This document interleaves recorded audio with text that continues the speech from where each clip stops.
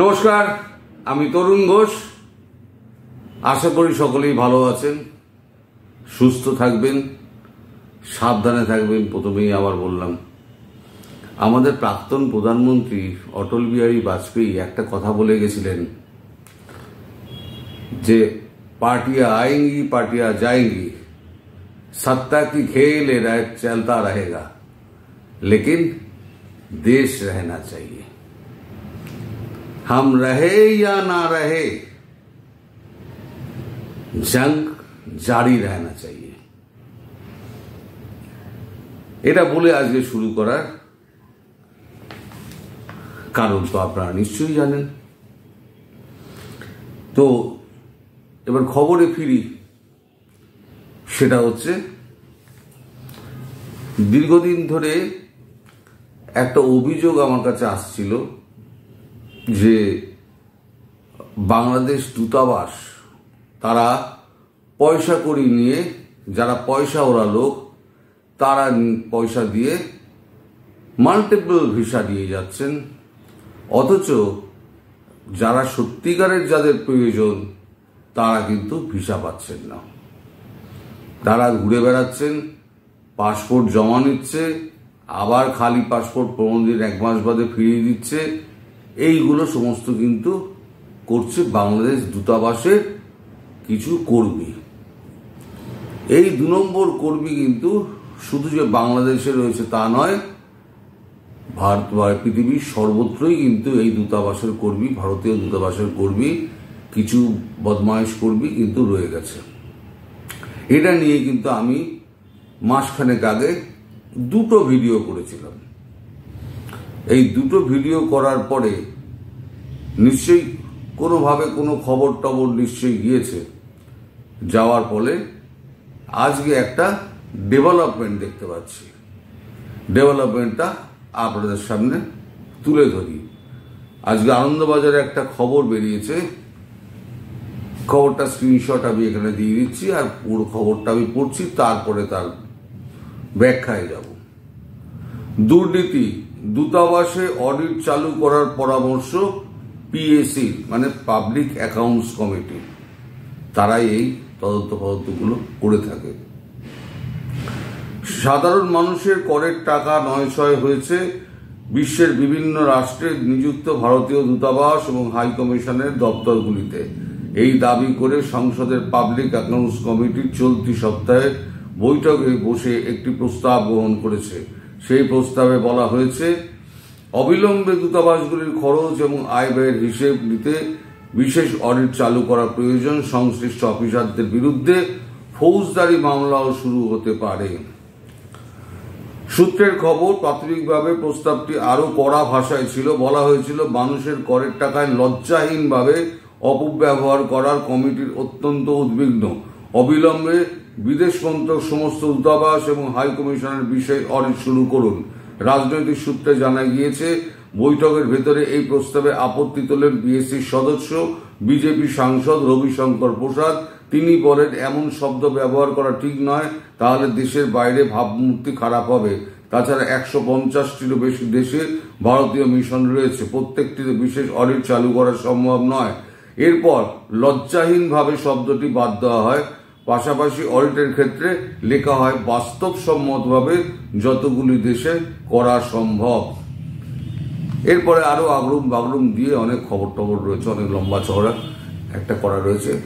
এবং বিষয় ব্যাপারটা যেটা দাঁড়ালো সেটা হচ্ছে, এই যে পয়সা নিয়ে এই যে মাল্টিপল ভিসা দেওয়া এবং যাদের প্রয়োজন তাদেরকে ভিসা না দিয়ে, মানে পয়সা যারা দিচ্ছে তাদেরকে ভিসাটা দেওয়া, এইটা কিন্তু এই ব্যবস্থাটা কিন্তু শুধু যে বাংলাদেশের ক্ষেত্রে হচ্ছে তা নয়, এটা সারা পৃথিবীতে বিভিন্ন দূতাবাসের কর্মী আছে যারা এই জিনিসগুলো করে বেড়ান। তাদের বিরুদ্ধে এখন তদন্ত শুরু হচ্ছে। এখন থেকে এখন যে প্রসেসটা এখন চলছে, আমি যেটা পরে খবর পেয়েছি, এখন যে প্রসেসটায় ভিসা দেওয়া হচ্ছে সেই প্রসেসটায় ভিসা দেওয়া বন্ধ করে যারা ভিসা কর্মী আছে তাদেরকে আপাতত সরিয়ে দেওয়া হবে। সরিয়ে দিয়ে অন্য কর্মী বসে এবার তদন্ত শুরু হবে।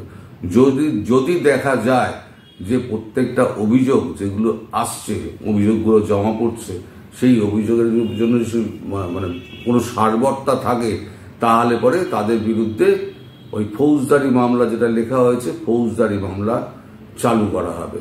এখন ফৌজদারি মামলা যদি চালু হয় সেক্ষেত্রে কিন্তু 10 বছরের জেল কিন্তু নিশ্চিত। এরা কিন্তু যারা দূতাবাসে যারা কাজ করে তারা কিন্তু স্থানীয় কিছু কর্মীও হয়, আবার কিছু ভারতীয় কর্মীও হয়।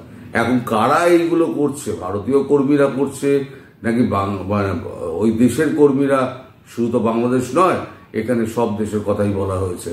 তো সেই সব দেশের মানে কর্মীরা যারা আছে তারাই মিলিতভাবে করছে নাকি তাদের সঙ্গে যোগসাজশে করছে, এরকম অনেক কিছু হতে পারে।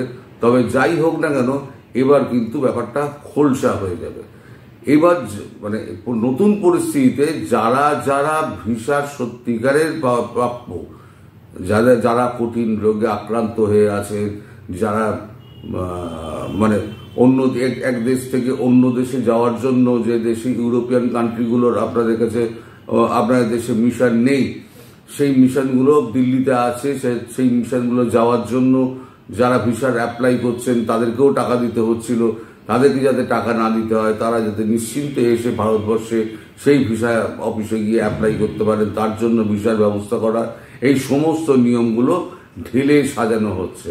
এখন ঢেলে সাজাতে একটু সময় লাগবে, তবে আপাতত আমার মনে হচ্ছে মাসখানেকের মধ্যে এই যে ভিসা যে প্রসেসটা, বাংলাদেশ থেকে আসছে না লোক কিন্তু তা তো নয়।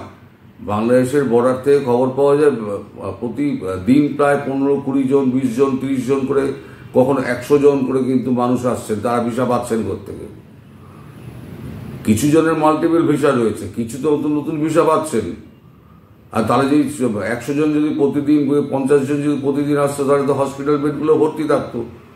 এখন হসপিটাল বেডগুলো আমরা গেলে অ্যাভেলেবেল থাকে, আমাদের এখন কোনো অসুবিধা হয় না। আগে যেটা হতো, আগে এসে বাংলাদেশি পেশেন্টরা সমস্ত ভর্তি হয়ে থাকতো, সেক্ষেত্রে আমাদের ভর্তি হতে অসুবিধা হতো। সেটাও কিন্তু একটা মানে এখানকার পশ্চিমবঙ্গ মানুষের কিন্তু একটা ক্ষোভ ছিল, যা আমাদের জন্য সুবিধে কমে যাচ্ছে।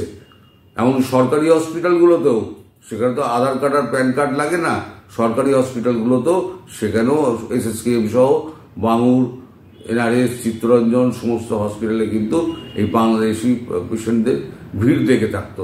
ফলে এখন সেই প্রসঙ্গ আলাদা, কিন্তু এখন যেটা বলতে চাইছি যে প্রতিদিন তো এই লোক তো ঢুকছে, তার মানে ভিসা পাচ্ছে। এই ভিসাটা পাচ্ছে কি করে? বাংলাদেশের দূতাবাসের এক শ্রেণীর কর্মী আছে যারা লাখ লাখ টাকা রোজগার করছে এই ভিসা ব্যবসা করে, আর তাদের কিছু নিয়োজিত দালাল রয়েছে। সেই দালাল চক্র তাদের মধ্যে অংশ নিয়ে এই গোপন কাজকর্মটি করে বেড়াচ্ছেন। তো এটা বন্ধ করার জন্য এখন ভারত সরকার উঠে পড়ে লেগেছে। খুব শীঘ্রই তদন্ত শুরু হবে।